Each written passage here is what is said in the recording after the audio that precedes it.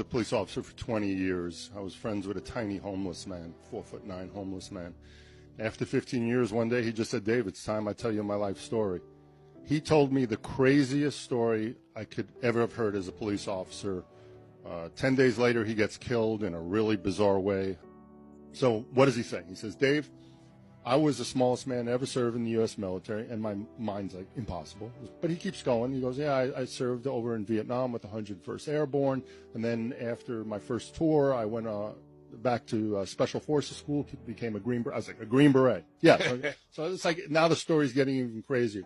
And then after, I started working undercover operations with the ATF, and I don't want you to look into those things because, those things, some of those things are still classified. And then I did some private military contract work.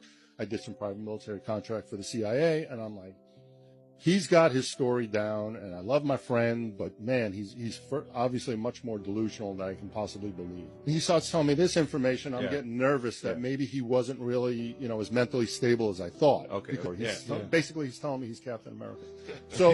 So, I mean, I just left that, with a real shaken feeling, of feeling bad because, it's like from now on, I kind of look at him as somebody really much more damaged than I initially thought. Yeah.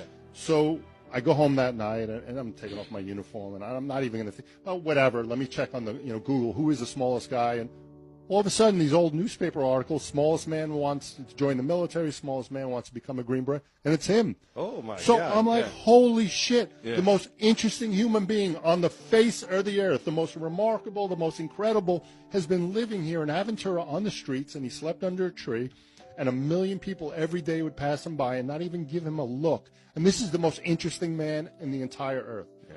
So I ran back to him the next day, and he looked at my face. He goes, "Hey, you didn't believe me. I knew it when I was telling you the story. Now you believe me." So I was like, "Yeah." And he goes, "Look." I said, "Rich, why'd you tell me?" He goes, "Look, I feel like my life is a cautionary tale of what went wrong when I got out of the military in Vietnam and how I eventually became homeless. And somehow," he goes, "Dave, somehow I want you to tell my story."